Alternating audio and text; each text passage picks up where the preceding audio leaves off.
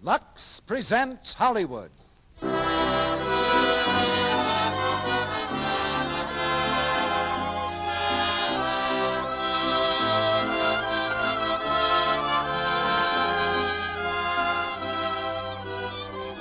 Lux Radio Theater brings you Rosalind Russell and Herbert Marshall in Craig's Wife with Beulah Bondi.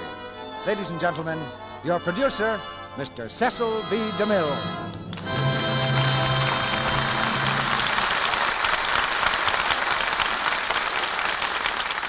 Greetings from Hollywood, ladies and gentlemen. Tonight's play, Craig's Wife, will probably remind all drama critics that women are unpredictable. For though the critics praised the drama when it opened on Broadway, they all added wisely, the women won't like it. But the unpredictable ladies loved it. A few months later, George Kelly's play won the Pulitzer Prize, then went the way of all hit plays and became a hit motion picture. Tonight you'll hear the same fine actress who played Craig's wife on the screen, Rosalind Russell. And co-starring with her, we present a longtime favorite of this audience, Herbert Marshall. Just why the critics thought women wouldn't like Craig's Wife is a little hard for me to guess. It's an honest play, and in my opinion, women admire honesty in drama as well as in husbands. It's the story of a woman who made the fatal mistake of letting love come second. And that's very unusual for a woman. And here's a story in figures that I hope is not unusual. Ordinarily, figures make pretty dull reading. But we got a real thrill out of these in a letter from a calculating woman, the only kind of calculating woman we like. She writes, "We've used Lux toilet soap exclusively in my home since December 1926. And multiplied out, that comes to something over 500 cakes. How's that for a record? And we are farmers, not screen stars." That's nearly 15 years, so the lady must have been satisfied. Personally, we think the farmers of this country have pretty good judgment, so when they pin a blue ribbon on our product, it's something to boast about. And 500 cakes of Lux toilet soap certainly spell enthusiasm to anybody. And now, a rising curtain spells the beginning of tonight's play. Here's the first act of Craig's Wife, starring Rosalind Russell as Harriet Craig, Herbert Marshall as Walter, and Beulah Bondi as Miss Austen.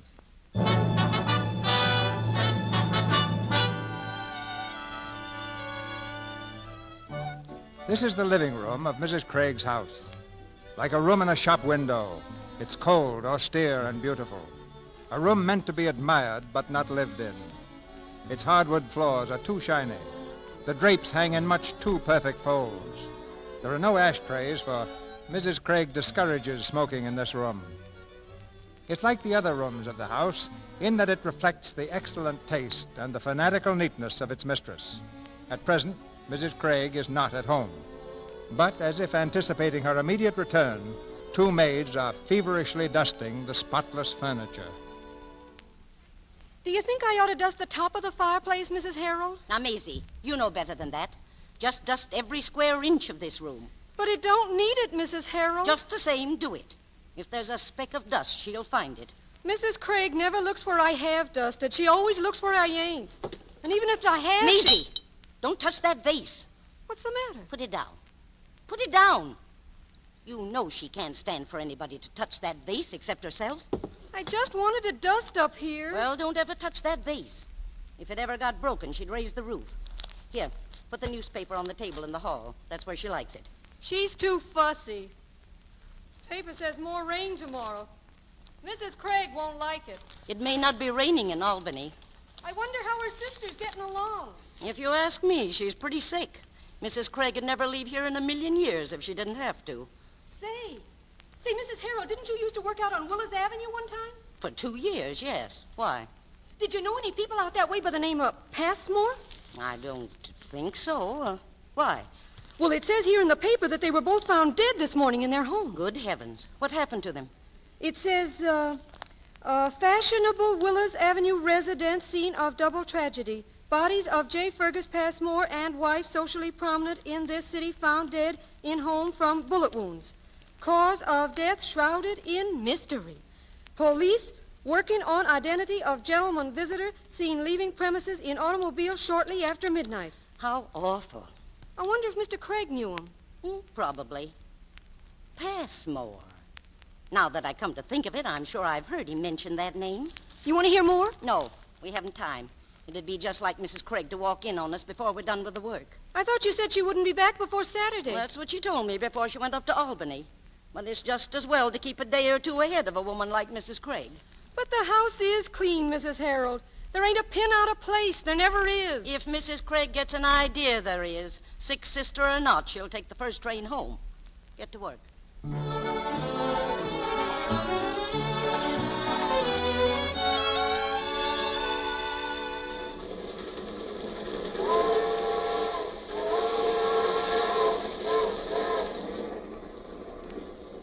Aunt Harriet. Yes, dear? What's the matter? Aunt Harriet, I hope I'm doing the right thing. Of course you are, Ethel. Your mother's had heart attacks before and come through them all right. She'll do the same thing this time. But I should be there, Aunt Harriet. Suppose something should happen. Nothing's going to happen, dear. The doctor certainly didn't think it was so serious when he suggested you come visit me. And I certainly wouldn't have left my only sister if I thought anything was going to happen. I do have to get back to the house, but just the same, I would have stayed there as long as it was necessary. But there were some things I wanted to tell Mother. Were they important? Well, it was about Professor Fredericks at school. Mother met him and liked him very much. She said she'd be glad if I married him. I wanted to tell her. You mean he said something? Yes. He's asked me to marry him. Soon. I don't know why your mother should be so panicky about your future, Ethel. You're only 19. She said she'd like to feel that I have somebody. Well, why does a girl need anybody, dear, if she has money to get along on? I wouldn't allow your mother's apprehensions to rush you into marriage, unless, of course, it were an advantageous marriage. Did you accept this man when he asked you? Practically, yes. But how does he expect to support you on a professor's salary? He's very lucky if he's getting $200 a month, unless he's some very extraordinary kind of professor. He's the professor of the Romance languages. Naturally. And I suppose he's told you he loves you in all of them. Well, I certainly shouldn't care to think about marriage at all, Aunt Harriet, unless I were at least in love with a man. Oh, that's just your age, Ethel, darling. We all pass through that. It's the snare of romance. You'll find out later it's nothing more than the most impractical sentimentality. Why, Aunt Harriet. Unfortunately, the majority of women are caught with the spell of it. And then they're obliged to revert right back to the feminine dependence and subjection they've been trying to rid themselves of for centuries. Well, you married, Aunt Harriet. But not with any romantic illusions, dear. I saw to it that my marriage should be a way toward emancipation for me. It isn't financial independence that I speak of particularly. I knew that would come as a result of another kind of independence. And that's the independence of authority over the man I marry. I don't understand what you mean, Aunt Harriet. I mean that I'm simply extracting my share of the bargain. Your Uncle Walter wanted a wife and a home and all the things that go with marriage. Well, he has them. He can be sure of them. But I want to be sure of them, too. And someday I will be. But how? By securing into my hands the control of my husband. But suppose we were to find out sometime. Find out what? That you wanted to control him. One never understands, dear, what is not in one's nature to understand. Oh, Ethel, I know you're mentally deploring my lack of nobility. No. Yes, you are. I see it in your face. You think I am a very sordid woman. No, but frankly, Aunt Harriet, I don't think it's quite honest. But it's very much safer, my dear, for everybody. If a woman is the right kind of woman, it's safer that the destiny of her home be in her hands rather than in her husband's.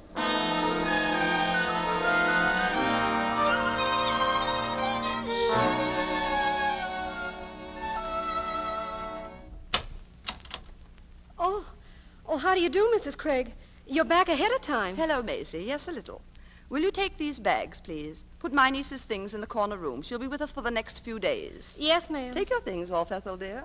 Maisie, I wish you'd use the back way when you go up and down stairs. Oh, I always keep forgetting that. That stairway will begin to look as the way it did before, with everybody tramping up and down it every 5 minutes. Yes, ma'am. I'm sorry. Oh, hello, Mrs. Craig. I see you're back. Hello, Mrs. Harold. This is Ethel Landreth, my niece. Pleased to meet you. How do you do?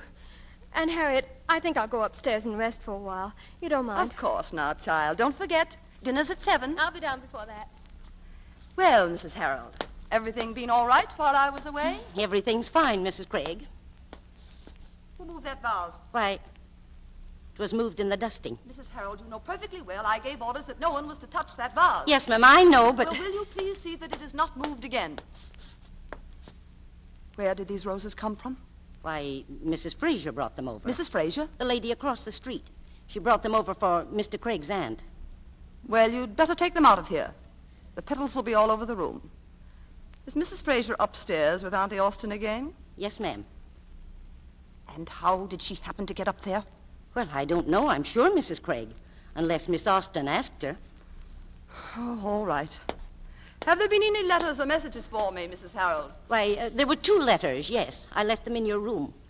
And there's a gentleman called Mr. Craig last night about 8 o'clock, but he'd gone out. I gave him the telephone number where Mr. Craig said he'd be. Who called Mr. Craig? Did you get his name? Yes, ma'am. He said his name was Berkmeyer. What number was it Mr. Craig gave you last night? Why, it was Levering 3100. I wrote it down so I wouldn't forget it. All right, Mrs. Harold, that'll be all. Oh, wait. Tell Maisie to fix the latch on the screen door. It was half open when I came in. I will, Mrs. Craig.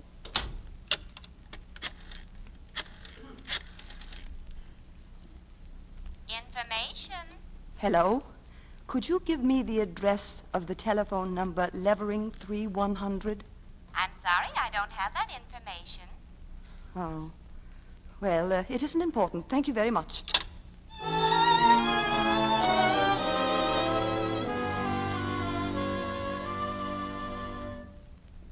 Harriet! Harriet, where are you? Hello, Walter. Oh, I saw your grips on the porch. Oh, dear, hasn't Maisie taken them up yet? Darling, it's wonderful to see you. When did you get in? Careful, Walter. Don't muss my hair. We came a few minutes ago. How is Estelle? Better? Oh, nothing more than usual. You'd have thought from her letter that she was dying. So I have to race up to Albany and leave the house for a whole week. Incidentally, I brought Ethel back with me. She's upstairs resting. Oh, well, that's nice. Well, I'm glad to have you back again, darling. Oh, stop it, Walter. You'll break my bones. That's what I think I'd like to do sometimes. Now, stop it, please. Here, take your hat and put it there where it belongs. And take your paper out of here, too. The room's a sight. Your aunt's company will be scandalized. All right.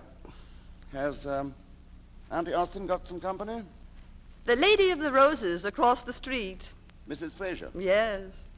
She's getting very sociable. Well, she certainly has some beautiful roses over there. I've talked to her a couple of times on the way up from the garage. You mean she's talked to you? Now, just what do you mean by that? Walter, don't lean against the piano. You'll scratch it.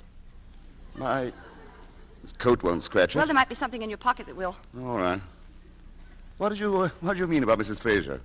Isn't it obvious? Oh, now, don't tell me you're jealous, darling. Oh, not at all. I'm simply suspicious of middle-aged widows who specialize in wayside roses. I'd like to be able to see just what's going on in your mind, darling. Well, if you could, I dare say you'd find something very similar to what's going on in the minds of most of our neighbors these days. Our neighbors? They have eyes, Walter, and they use them. And I wish you'd use yours. And I also wish you'd tell me whose telephone number Levering 3100 is. Fergus Passmore, why? Oh. Mrs. Harold told me you gave her that number in case anybody wanted you. And I was wondering where it was. Fergus Passmore's. I was playing cards out there last night, a little poker. What did Billy Berkmeyer want you for? Oh, Fergus told me to get a hold of him, too, and bring him along. I hope you're not going to get into card playing again, Walter. Why, I never gave up card playing. Well, you haven't played in nearly a year. Well, I suppose that's because you don't play. I don't believe Fergus would have asked me yesterday, only that I happened to mention that you were away. Was his wife there? Yes, she was for a while, but she went out. I suppose that's the reason Fergus asked you, wasn't it? What do you mean? Well, you know how insanely jealous of her he used to be. I'm sure he was never jealous of me. Oh, he was jealous of everybody from what I could see. I'm sorry you have to go so soon, Mrs. Fraser. Here she comes. It's almost dinner time. I really must. I'm getting out of here. I don't want to have to sit and listen to her. Why, Harriet, I didn't know you were here. Hello, Auntie Austin. I only got in a little while ago. Good afternoon, Mrs. Craig. How do you do? I haven't even unpacked yet. Will you excuse me? Maisie, will you bring up the grips, please? Mrs. Fraser, I think my wife's a little upset. Of course. Miss Austin told me about her sister. I'm so sorry. You'll come again sometime, won't you? I'd love to. Goodbye, Mr. Craig. Goodbye. Goodbye, Miss Austin. Goodbye, dear.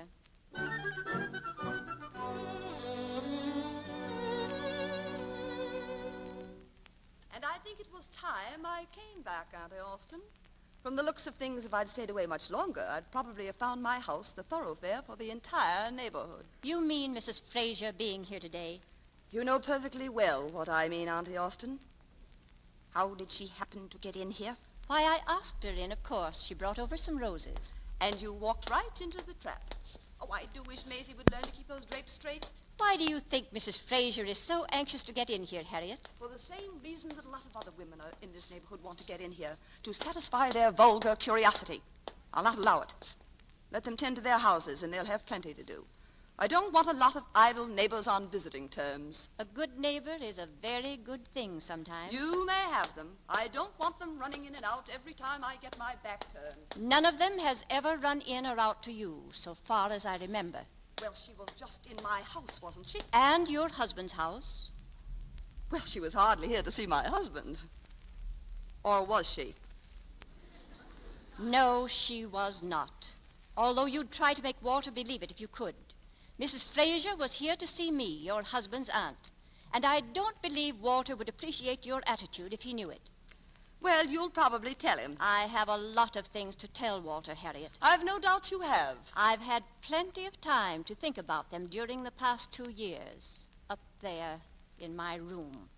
I'm going to tell him, and I want you here when I do, so that you won't be able to twist what I say. I merely want you to understand that I resent your having Mrs. Fraser in my house. Oh, why pick on Mrs. Fraser? Be honest about it, Harriet. You don't want anybody in your precious house. I don't want her. You don't want your husband. Only that he's necessary to the upkeep here. If you could see how that could be managed, his position here would be no more secure than that pillow there. Well, that's a very nice thing for you to say to me. It's the truth, whether you like to hear it or not. You want your house, Harriet, and that's all you do want. And that's all you'll have at the finish unless you change your way. Remember this, Harriet Craig. People who live to themselves are generally left to themselves. Does that mean that you're leaving us, Auntie Austen? Yes, I'm leaving. Only before I go, I want Walter to understand why. Yeah, what's the matter? Auntie Austen tells me she's going to leave us. It's nothing very new, Walter. Why, what's happened? What did you say to her, Harriet? I haven't said anything to her, of course. Harriet- She's simply using her imagination. You never say anything. You simply act, and then you leave it for us to interpret, if we're able. Well, I hope I'm open to conviction if you have a grievance. It isn't my own cause I'm going to plead. I won't be here. It's for you. I don't understand what you mean, Auntie. That's probably the greatest danger, Walter. You don't understand. If you did, it would be scarcely necessary to warn you. Of what? Your wife. What are you laughing at, Harriet? Oh, now, don't you think that's very amusing? Harriet isn't really laughing, Walter. Well, what am I doing, crying? You're whistling in the dark. You're terrified your secret has been discovered. Really? And what is my secret? I knew it a long time ago, Harriet. Long before your outburst against Mrs. Fraser a few minutes ago. She means I've been trying to poison you secretly, Walter. Not so secretly. Well, I'm sorry I must go, because I'm sure this is going to be very amusing. Harriet, I wish you would stay if Auntie has something to say against you. I think it's only fair. I'll not stay and listen to a lot of absurdities. I hope, Miss Austen, that when you finish discussing me, you'll be as frank in letting Walter know something of what I've been putting up with during the past 2 years. I wish you'd tell me what's happened, Auntie. That isn't so easy to tell a man, Walter. It requires a bit of elucidation. To begin with, nobody could like Harriet. She doesn't want them to. I like her. You're blinded by her, as many another man has been blinded by a beautiful woman. But what has she done? She's left you practically friendless, for one thing. She's made it perfectly clear to all your friends by 1,000 little gestures that they are not welcome in your house, because this is her house. It isn't yours, Walter. You merely went with the house as a sort of regrettable necessity. Now, you don't really mean... You can't mean that, Auntie, now can you? Walter, don't you realize that none of your friends has been here for 18 months? Why? Because she's a supremely selfish woman. She wants to exclude the whole world because she can't impose her narrow little order on it. I can't believe that. Harriet has her faults, yes. Walter, why do you suppose your appointment as director at the bank failed to go through? Well, Because Harriet insulted Mr. Littlefield's wife right here. I saw her do it. Auntie Austin. I saw her. And let me tell you something else I saw, or rather heard. I was having luncheon at the Colonnade, and a man and his wife came in and sat down near me. Immediately, she began to tell him how he should have sat and how he should sit and so on. At the table right near my elbow, I heard someone say, "Listen to Craig's wife over there." People are talking about us? Of course. Your friends resent being told where they shall sit and how. So they're avoiding the occasion for it just as I am going to avoid it. But you have to deal with it. But how? How should I deal with it? Make your wife realize that there's a man of the house here and that you are that man. Auntie Austin, I can't be convinced that there isn't an enormous element of misunderstanding between you and Harriet. We can thrash this whole affair out somehow. No. No house is big enough, Walter, for two women who are interested in the same man. I must go. I'm not happy here. What will you do if you leave here? What I've always wanted to do, travel. I want to see things and places and people so that I'll never become little. Oh, I have such a deadly fear of that after these past 2 years. But I promised Mother that you'd always have a home with me. You haven't a home to offer me, Walter. You have a house with furniture in it, that's all. I have the impression when I look at these rooms that they're rooms that have died and are laid out. Well, whatever they are, they'll seem less if you leave them, Auntie. I don't think I'd feel worse if it were Mother herself who were leaving. Be glad that it isn't your mother, Walter. She would have left long ago.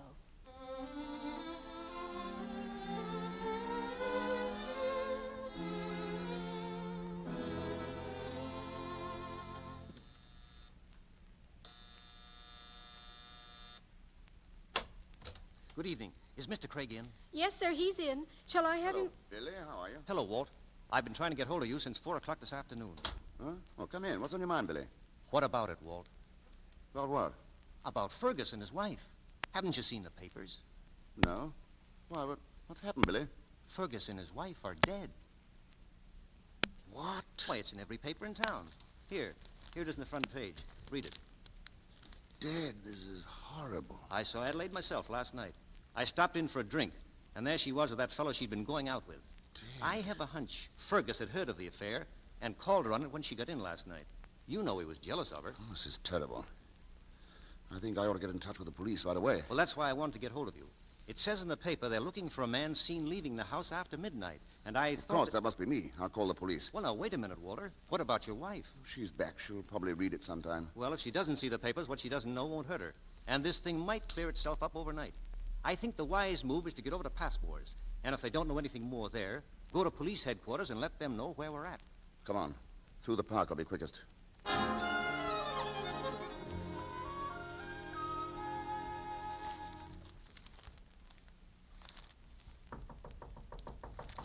Yes? Dinner's ready, Mrs. Craig. I'll be right down.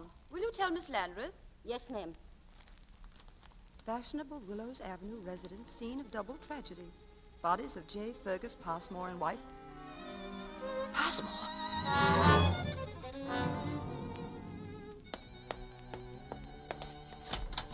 Walter!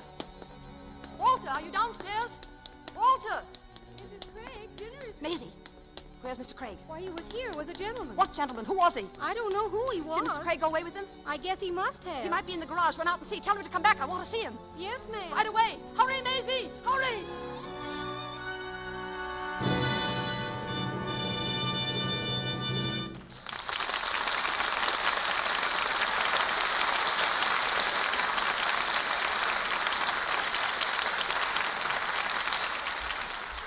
After a brief intermission, Mr. DeMille and our stars Rosalind Russell and Herbert Marshall will bring us Act 2 of Craig's Wife.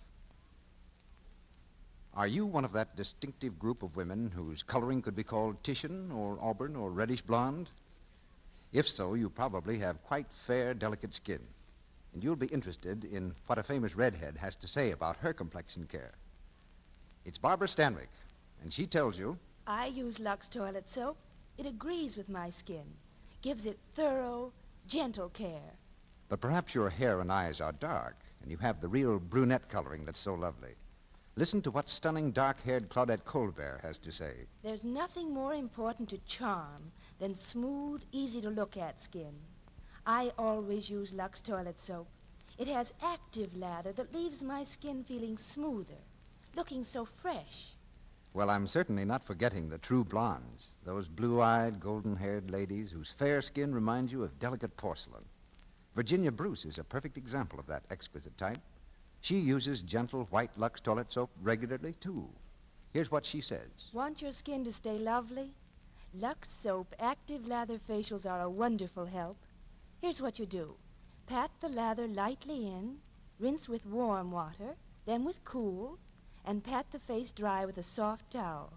I love this easy, gentle care. Yes, whether they're blonde, brunette, or redhead, or brunette for that matter, 9 out of 10 famous Hollywood stars use Lux toilet soap. And any woman knows that a soap has to be pretty special to be the choice of these lovely women to whom beauty is a profession. And Lux toilet soap is pretty special. It's as mild, as pure, as fine a soap as money can buy. It's a soap to use for delicate skin because its creamy, active lather removes dust, dirt, and stale cosmetics thoroughly and gently, too. What a wonderful buy this fine soap is. It costs only a few cents a cake. Why don't you use this simple, easy care the beautiful women of the screen find so effective? Try Lux Soap Active Lather Facials for 30 days. You'll find they work for you, too. We pause now for station identification. This is the Columbia Broadcasting System.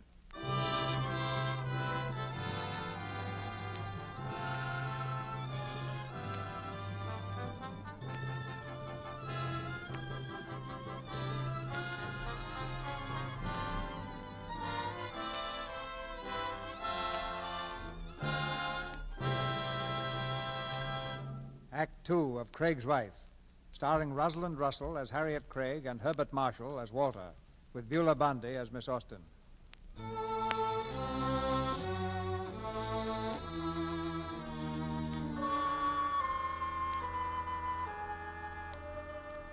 10 minutes have passed, and Mrs. Craig waits anxiously for her husband to return. Nervously, she paces the length of her immaculate living room, the newspaper clenched tightly in her hand. The newspaper telling of the death of her husband's friends. Suddenly, the telephone rings.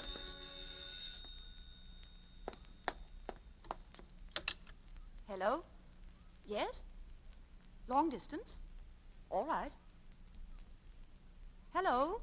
Yes, this is Mrs. Craig. Oh. Why, Ethel is lying down just now. Who is this speaking, please? Oh, Mr. Fredericks. No, she's quite all right, really. Well, I'd much rather not call her if you don't mind. Well, can't you tell me what it is you want to tell her? Oh, I see. Well, I'm sorry, Mr. Fredericks. I don't care to disturb her just now. Goodbye.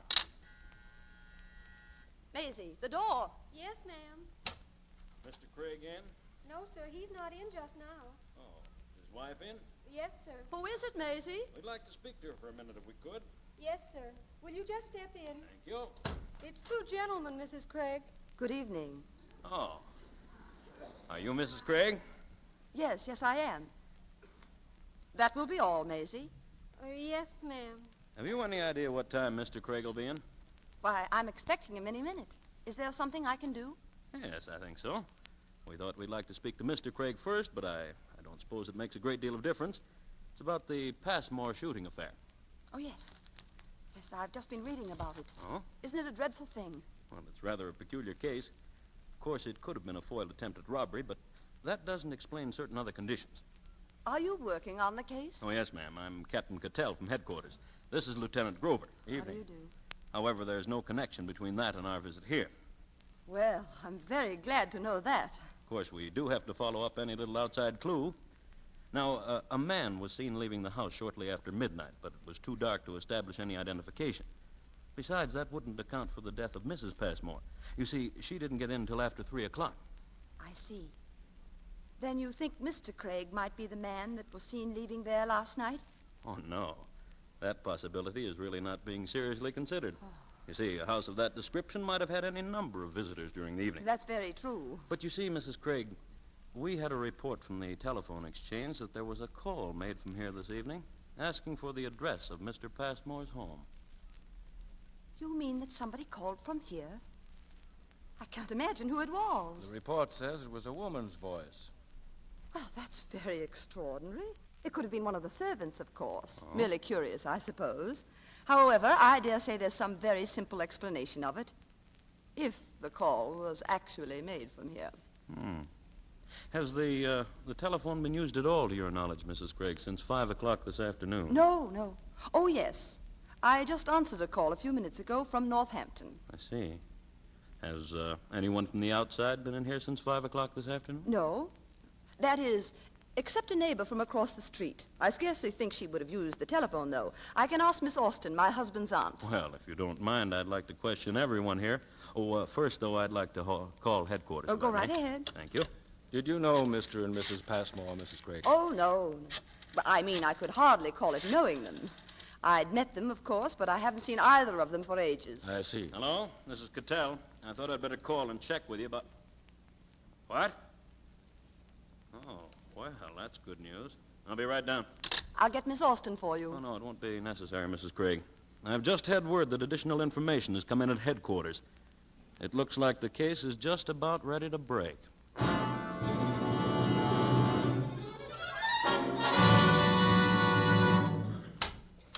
Walter, is that you? Where have you been, Walter?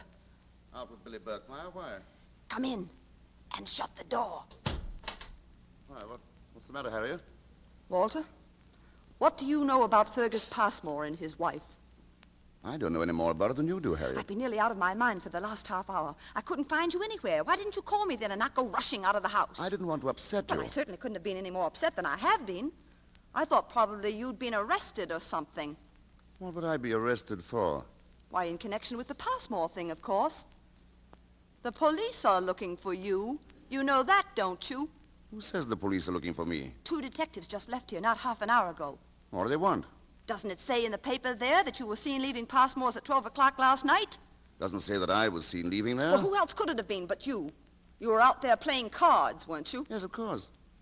Did they say they knew I was out there last night? I don't remember what they said exactly. I was too upset. I was never placed in such a position in my life. I didn't know what to say except that you'd be back soon. Where did you go with Birkmeyer? Over to Fergus's house. And what in heaven's name did you do a thing like that for? Oh, why not? Well, do you want your name dragged into a thing like this, Walter? My name will be dragged into it anyway, won't it? But you don't have to go rushing out to meet a lot of scandalous publicity. I should think your own common sense would show you what it would mean to have your name even mentioned in a thing of this kind. Why, it would be in every newspaper in the country. That wouldn't bother me in the least, Harriet. My conscience is clear. Oh, don't be so absurdly romantic, Walter. It isn't a question of being romantic. No, and it isn't a question of conscience either. It's simply a matter of discretion. If you had nothing to do with this thing, what's the use of becoming involved? What do you mean, if I had nothing to do with it? Oh, don't start picking me up on my every word. And don't smoke in this room. There are plenty of other places in the house to smoke, if you want to smoke. I don't know where they are. Did the detectives say when they'd be back here? I don't know whether they did or not, but if they do come back, Walter, don't give them any more information than I did. Well, I certainly won't deny that I was a friend of Fergus Passmore. You don't have to deny that you were his friend, but you certainly don't have to submit to a lot of cross-examination. Let them go cross-examine some of Fergus's other friends. Did he say he'd seen any other of Fergus's friends? Walter, I don't know. I told you I was upset. I hardly know what they said. Well, I think I'll call up Birkmeyer. They might have gone over there to see him, too. Wait a minute, Walter. Don't. Well, why not? You can't call him now. Well, why not? Don't you realize the telephone is being watched? And that the police are probably watching Birkmeyer's, too? The first thing they do in a case of this kind is to watch the telephone calls in and out of the house. Not from this house. I mean from Fergus's house. I wasn't going to call Fergus's house. I was going to call Billy Birkmeyer. What difference does it make, Walter? Do you think the police can't put 2 and 2 together? Birkmeyer called you last night at Passmore's, didn't he? And there's undoubtedly a record of that call. Well, that wouldn't involve my name. It would if the operator listened in. Do you suppose she has nothing to do but listen in on calls? Well, she listened in on this one, didn't she? On which one? What? What did you say? Which call did you say the operator listened in on? I don't know which one she listened in on. But someone must have listened in on something. or the detectives wouldn't have come here. Didn't they say when the call was made? What does it matter when it was made? The fact remains that our telephone is undoubtedly being watched now. Well, I want to know why it's being watched. Listen to me, Walter. Put down that telephone. I will not allow you to drag my name into a notorious scandal. Harriet, I've got to find out where I am in this thing. If you speak over that telephone, I'll leave this house. What do you mean, you'll leave this house? I mean exactly what I say. I don't want my name associated with a thing of this kind. Your name? Oh, ours, of course, both of us. But suppose something developed that would reveal the fact that I had been to Passmore's last night. Wouldn't it be better for me to be open and above board from the beginning? They're bound to be suspicious if I'm not. There are grounds for suspicions, Walter. What grounds? The fact that I was over there last night doesn't mean a thing. It isn't for me to determine the degree of your guilt or innocence. I'm not interested. You're not interested? I am interested only in the impression on the popular mind and the respect in the community we've got to live in. You mean you'd rather know I was involved in this thing and keep the respect of the community than know I was a victim of circumstances and lose it? Mrs. Craig, are you going to have dinner now? All right, Mrs. Harold. We'll be right in. Mrs. Harold, just a minute. You're not questioning the servants in front of me, are you? I am. I won't stay here. That's up to you, Harriet. Did you want to speak to me, Mr. Craig? Mrs. Harold, do you know if anybody has called Levering 3100 from this phone today? No, sir. You didn't have occasion to call that number, did you? Why, no, sir. I never even thought about it until Mrs. Craig asked me for it. She... All right, Mrs. Harold, thank you very much.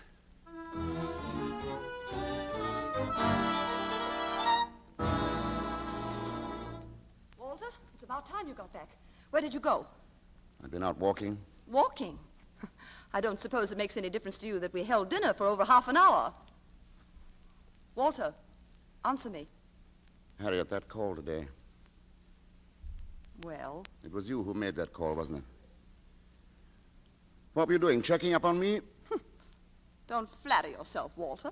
The man hasn't been born yet that I'd bother checking up on. Why didn't you tell the truth? Because I anticipated an attack of your romantic conscience. You were playing safe, at my expense. I knew the necessity of it. I knew if I told you I made that call, you'd be on the telephone in 5 minutes telling the police. I intended doing that anyway. You silly fool. That's where I went with Billy Birkmeyer to police headquarters. Oh, And the only reason I didn't tell them then was the man in charge of the case wasn't there.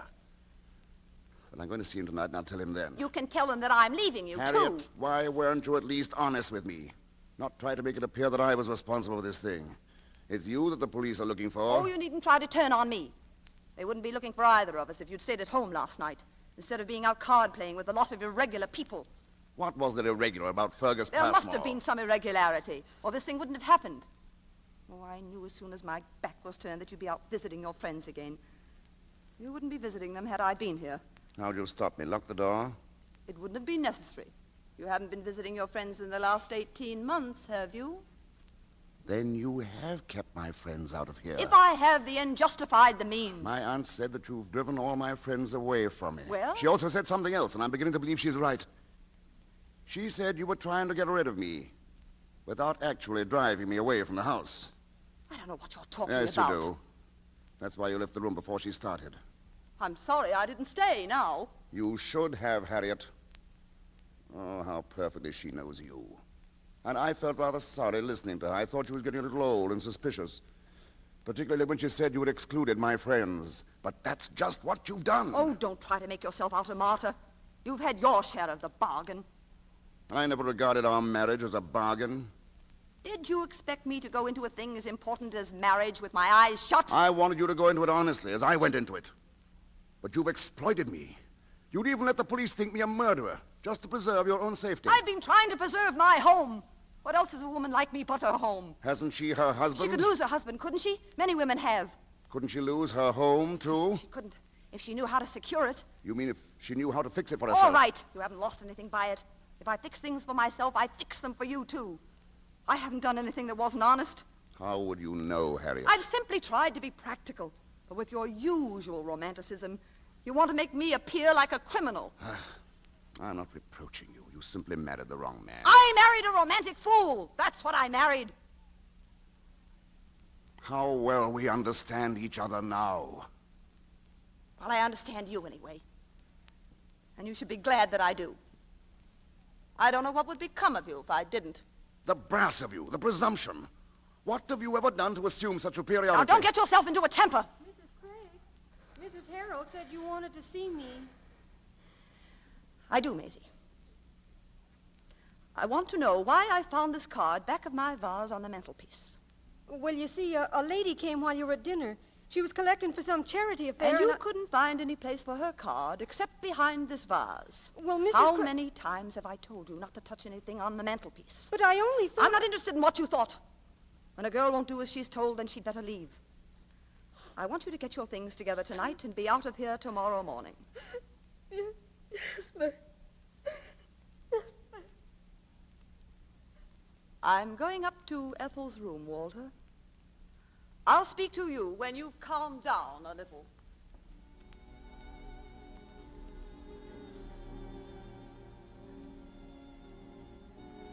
Her house. Her precious home. Her precious vase. Good heavens, Mr. Craig. Did something get smashed in here? Glory be. Her vase fell off the mantelpiece. No, Mrs. Harold, I smashed it myself. You... Well, I wish you'd tell her it was you that done it, Mr. Craig. She might think maybe I done it. I'll tell her all about it, don't worry. Yes, Mr. Craig.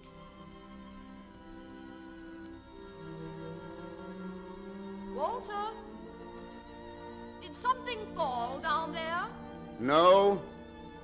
Are you sure? Yes, I'm sure. Well, it sounded up here as though the house fell down. Maybe it did, Harriet. I'm just sitting here wondering.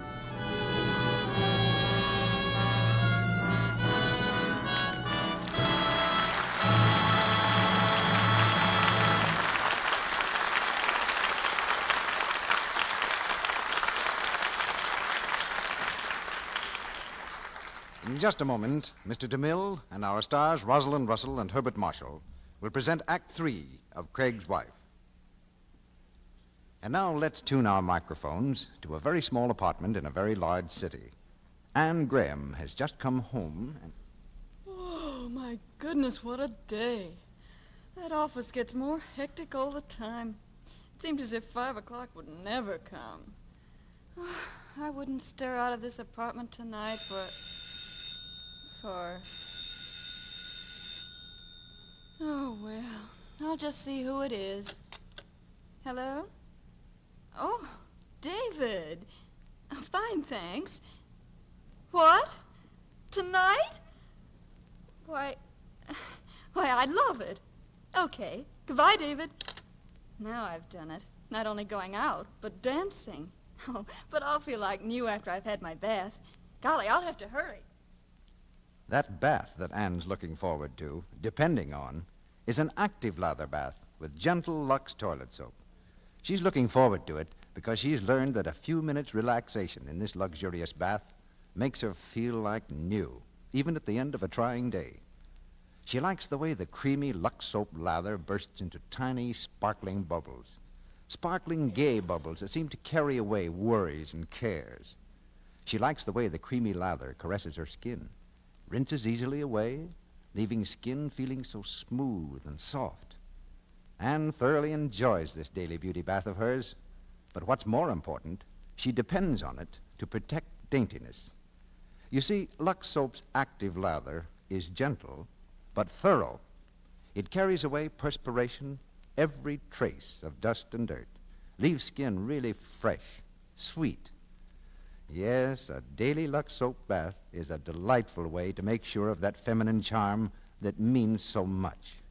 You're sure to enjoy this luxurious beauty bath, sure to love the delicate, clinging fragrance that Lux Toilet Soap's exclusive perfume leaves on your skin. Try it. Now, our producer, Mr. DeMille. The curtain rises on the third act of Craig's Wife.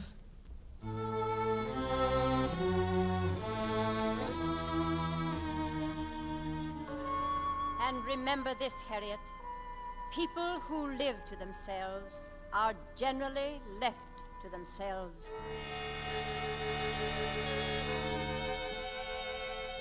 Those were Auntie Austen's words, delivered in a warning to Harriet Craig. It's early the following morning, and Auntie Austen has already left the house. In the living room, where Walter passed the night sleeping in a chair, Mrs. Craig discovers her precious vase has been smashed to bits. Mrs. Harold, what is this? Don't tell me it's that beautiful little vase. Yes, ma'am. How did it happen? How? Well, Mr. Craig said... Look at it. It's smashed into 1,000 pieces. It must have fallen on the bricks there. That never simply fell, Mrs. Harold. It's absolutely shattered. Look at the size of the pieces. Oh, that beautiful thing that I wouldn't even allow anybody to go near. Look at it now. How on earth did it ever happen, Mrs. Harold? I don't know, I'm sure. I suppose Maisie broke it for spite, didn't she? No, she didn't break it, Mrs. Craig. She was out there in the kitchen with me when we heard it fall. Well, send her in to me now. I want to speak to her. Mr. Craig said that he broke it. What? Yes, ma'am. Tell Maisie I want to see her. She isn't here, Mrs. Craig. She's gone. You mean she's left already? Yes, ma'am. She left right after she had her breakfast. Of course she did. The contemptible little I'm brazen... leaving myself, Mrs. Craig. Oh, are you? I'm going this morning. I'm meeting Miss Austen downtown at noon. Miss Austen. And where are you going with her? Well, she told me last night she was leaving. She said she was going to travel for a few years. And do you think it's very considerate of you, Mrs. Harold, to walk away this way without giving me any notice? You didn't give Maisie much notice last night, Mrs. Craig. Maisie didn't deserve any notice. She was a very disobedient girl. She absolutely refused to do what I told her. Well, I haven't always done exactly what you told me to do either, Mrs. Craig. So maybe I deserve to go, as well as Maisie. Well, of course, you can suit yourself. But I hope you don't intend to leave without cleaning up this floor. I've got the dustpan right here. Where is Mr. Craig? He's in his study, ma'am. He's reading the paper. I'll give you your money later. I hope you enjoy your world tour, Mrs. Harold. It'll be a change anyway. And I hope when you come back, you'll be able to find a place that'll be as easy as this one has been. Don't worry about me, Mrs. Craig. Nobody belonging to me ever died in the poorhouse. Walter, I want to speak to you. What does the paper say? You needn't worry, Harriet. You're quite safe. What does it say? Fergus's brother got in last night from Pittsburgh with a letter that Fergus had written him intimating his intentions. Then Fergus did it himself? So it appears. I always told you he was jealous of his wife. It's a good thing I kept my head last night and didn't allow you to telephone and make a show of us all. You can thank me that your name isn't in every paper in the city this morning. Oh, I can thank you for more than that, Harriet. I can thank you for having given me a new name last night. That fits me so perfectly that I've decided to continue its use. You called me a romantic fool. Let's not go into all that again, Walter. I've been wanting to help you, but you don't seem to have sense enough to appreciate it. Is that all you want before I got to leave for the office? No, it isn't all I want you for. I want to know about the ornament that was broken last night. What about it? I don't know what about it. That's the reason I'm asking you. Mrs. Harold tells me here this morning that you told her last night that you'd broken it. So I did. Well, you must be proud of yourself. I was for a moment. What were you doing, leaning against the mantelpiece again as usual? No, it wasn't an accident. I did it deliberately. What do you mean you did it deliberately? I mean that I smashed it purposely. What for? I became suddenly heroic. I smashed it into 1,000 little pieces, and then I smoked one cigarette after another till I had your sanctum sanctorum absolutely littered with ashes and cigarette butts. For about an hour last night, I was a pretty brave fellow around here. You should have seen me. Are you out of your mind or something? No. I'm particularly clear in my mind, especially I was last night. You made a remark then, Harriet, that completely illuminated me. Like a flash of lightning, I saw it all. For the first time. Unfortunately, the lightning struck my home and knocked it down. I sat here all night wondering how I might build it up again. What remark are you talking about? You said that a woman might lose her husband, but not her home, if she knew how to secure it. Well, hasn't many a woman lost her husband? And many a man has lost his life, too, because his wife has never made a sufficiently illuminating remark.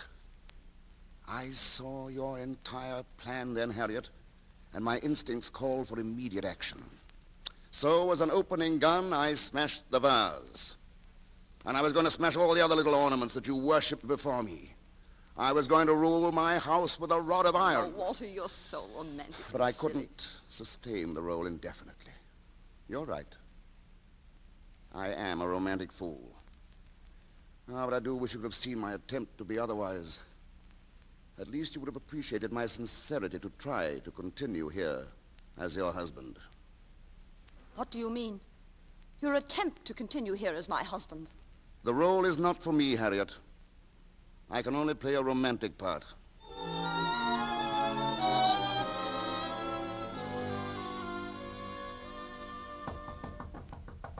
Ethel! Ethel, are you in your room? Open the door, dear. Ethel, what's the matter with you? What are you doing? I'm packing my things, Aunt Harriet. Ethel, what on earth has... Why didn't you tell me that Mr. Fredericks called last night? I didn't think it was wise to bother you. Bother me? He thought I just didn't want to speak to him. You had no right to do that, Aunt Harriet.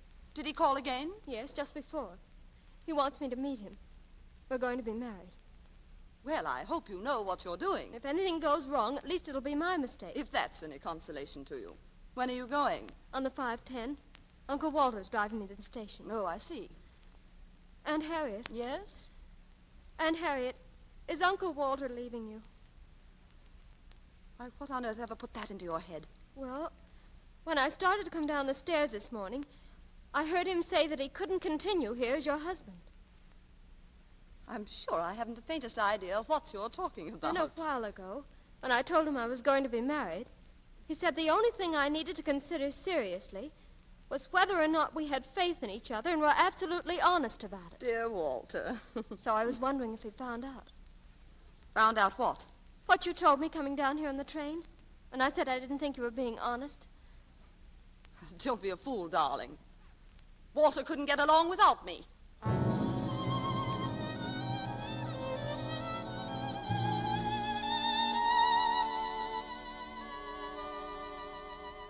Ethel, are you ready? All ready, Uncle Walter. Goodbye, Aunt Harriet. Goodbye, dear. Your grips are in the car. I'll be right along with you. All right. I'll write to you, Aunt Harriet. Yes, don't forget, dear. Well, Walter, you won't be late for dinner, will you? Yes, very late, Harriet. In fact, I won't be here at all. Here's the key to your car and the garage. My house key's on the hall table. Now listen to me, Walter Craig. You're surely not serious about leaving this house. I should think that decision would please you. Well, it doesn't please me at all. It's absolutely ridiculous. But it's so practical. Oh, don't try to be funny. And you've been deploring my lack of practicality for so long. I'd like to know what's practical about a man walking out and leaving his wife in his home. I have no wife to leave. You neither loved me nor honored me. Well, you married me, whether I did or not. I never saw you before in my life, Harriet. Until last night. Well, you married me, didn't you? And you married a house. If it's agreeable to you, I'll see that you have it, and you can go on having it, just as though I were here. You'll be here, unless I'm very much mistaken. You don't know your man, Harriet? I know him well enough for that, anyway. Oh, you knew him pretty well, I'll grant you that, particularly when you said that my mind worked very slowly. It's working pretty slowly now, when you don't appreciate the absurdity of a move of this kind. What did I do last night that was so terrible? You simply showed your hand, that was all. I kept you from making a fool of yourself. That's what I did. But you also showed me how I could keep from making a fool of myself in the future. Well, you're certainly not beginning very auspiciously, I can tell you that. But I shall be at least a self-respecting fool. And that's something I could never be if I stayed here. There's something in a man, Harriet, that I suppose is his essential manhood. And you insulted that last night. Where are you going when you leave here? That would be rather interesting to know, Harriet. Where a lot like me are going. Out of fashion, possibly. Goodbye, Harriet. Walter? Walter?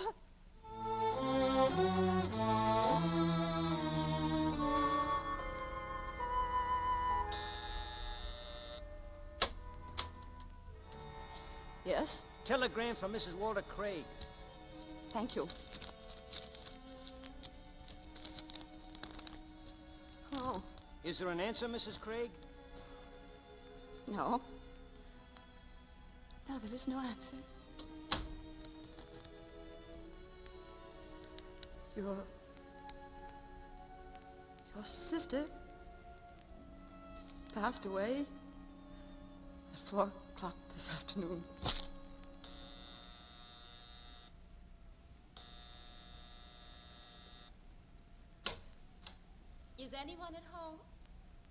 Mrs. Craig.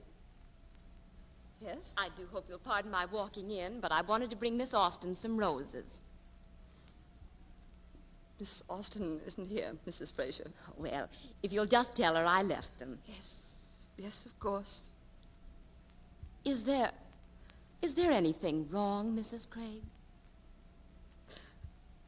My sister died this afternoon.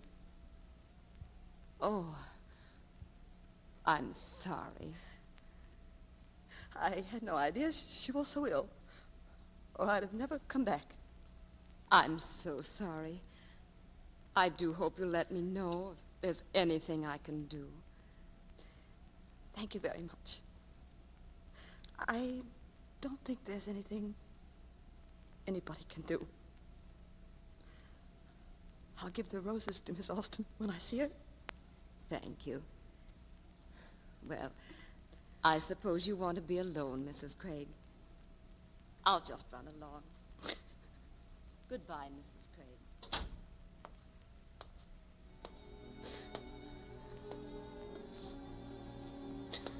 Alone? Remember this, Harriet. People who live to themselves are generally left to themselves. Alone? People who live to themselves are generally left to themselves. No. People who live to themselves are generally left to themselves. No! People who live to themselves are generally left to themselves.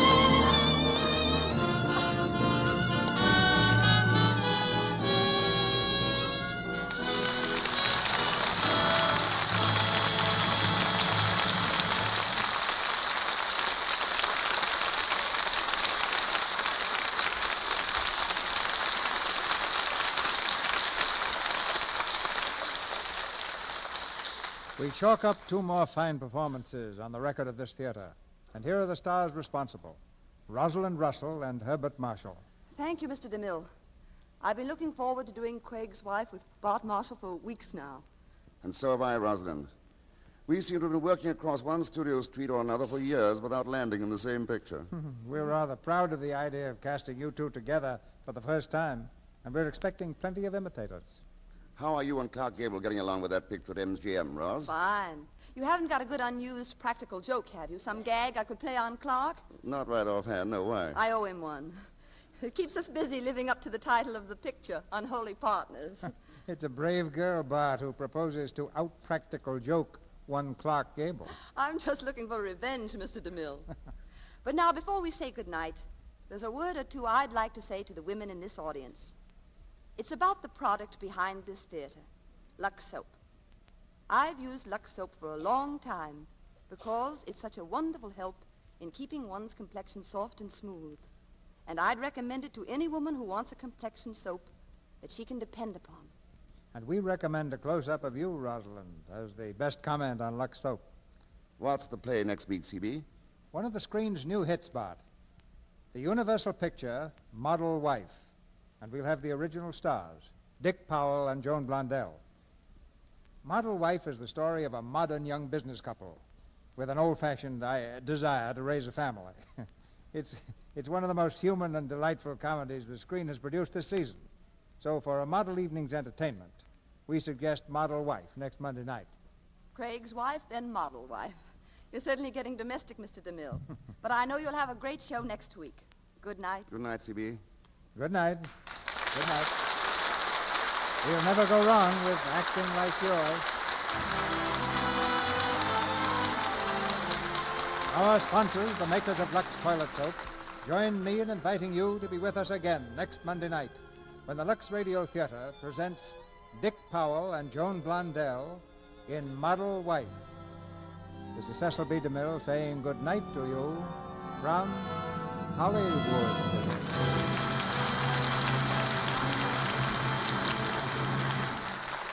Rosalind Russell appeared tonight through the courtesy of Metro-Goldwyn-Mayer.